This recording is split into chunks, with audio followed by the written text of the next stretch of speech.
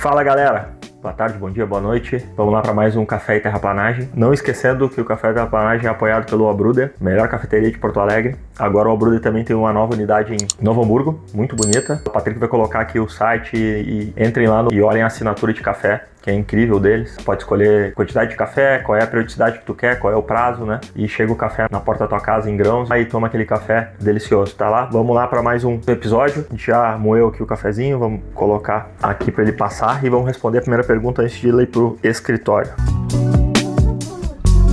Sei, eu sou muito chato. Então isso de alguma forma me ajuda muito, mas eu entendi nos últimos momentos que às vezes também eu acabei ficando muito inflexível em cima disso, né? Pelo passado, pela minha experiência, por obras e por serviços que a gente deixou passar, né? Então o que acontece? A gente controla absolutamente tudo que a gente faz. Não é blá blá blá, não é... Tudo que a gente executa, a gente controla. Então, a gente tem fechamentos, tem relatórios que é só de acompanhamento e tem relatórios gerenciais que a gente analisa, né, o que está sendo feito. Mas tudo em cima da nossa experiência, do que a gente sabe. Então, por exemplo, fechamos agora uma medição de uma obra que a gente está fazendo. A gente fechou a medição, tem a medição topográfica também, a gente fecha os relatórios, analisa 3 dias depois, até no segundo dia podia ser, mas a gente dá um tempo, né, 3, 4 dias depois, a gente senta, olha e a gente sabe se naquela medição ali a gente fechou com resultado ou não. E no final da obra também. Então a gente tem uma leitura muito boa disso. E a gente sabe que às vezes não é nem o preço de venda que tu vai encontrar o teu lucro ali. Não adianta, tu tem que cuidar da operação.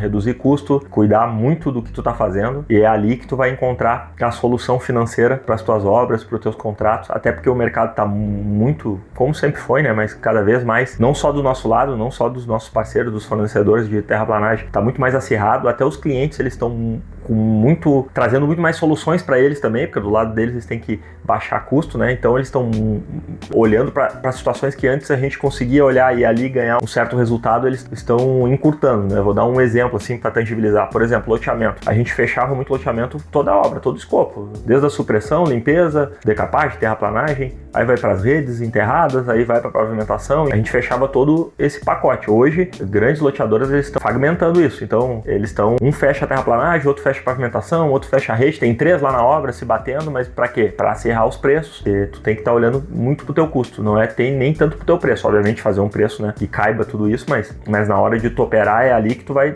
trazer mais resultado do teu contrato, tá bom? Vamos responder o resto das perguntas ali no escritório. Vamos lá, galera, vamos continuar o episódio aí respondendo agora do escritório, tomar um cafezinho e vamos lá terminar. Cara, interessante pergunta. Das duas coisas.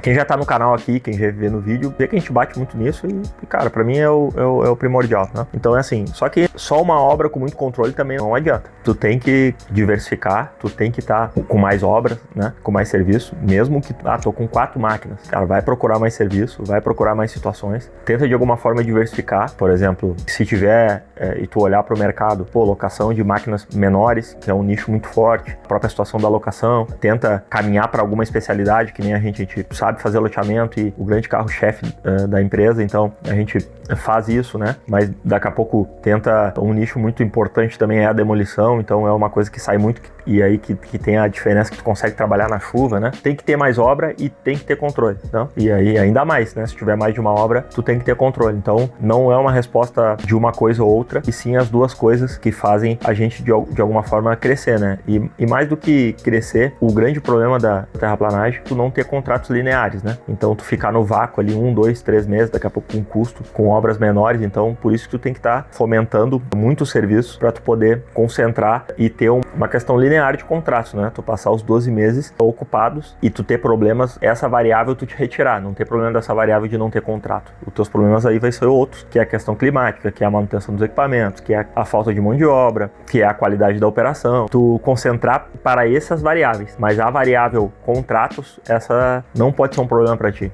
E é o que a gente trabalha muito aqui, porque tendo contratos, todas as outras são mais fáceis de resolver, porque aí tu tem uma garantia que tu vai ter um faturamento, só depende de tu organizar a tua empresa, né? Boa, galera, vamos lá para mais uma pergunta.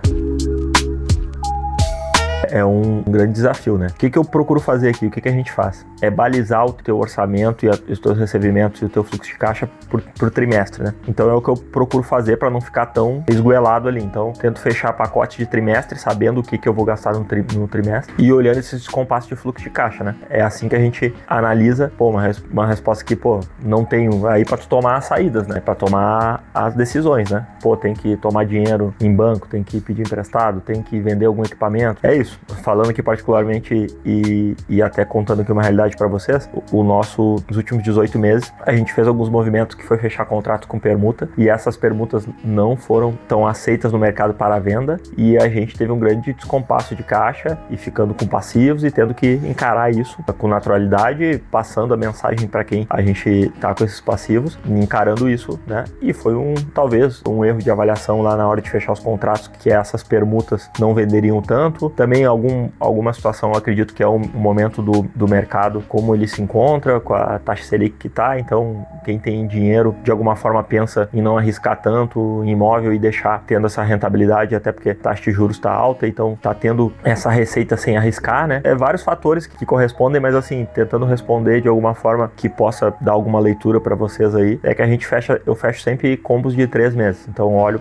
nesses 3 meses aqui, esses são os meus custos fixos, isso, é isso que a gente gasta, é isso que a gente tem que faturar. Então pra gente conseguir passar esse período e conseguir olhar, se o primeiro mês deu ruim, a gente tem que recuperar nos outros 2 meses. Se os 2 meses foram ruins, a gente tem que recuperar no último mês. E a gente, na operação em si, só tem conseguido passar essa dificuldade, né? O exemplo que eu dei não foi na operação. A operação a gente teve resultado, foi na negociação, que é outra coisa. Eu negociei o contrato tendo 30%, 40% de permuta. É uma coisa que a gente já ganhou muito dinheiro e nesse momento foi uma coisa que nos atrapalhou. Então são vários fatores que correspondem a isso, tá bom? Grande abraço, seguimos aí com mais um Café e Terraplanagem, terminamos, continue seguindo o canal, compartilhando, tá bom? Grande abraço.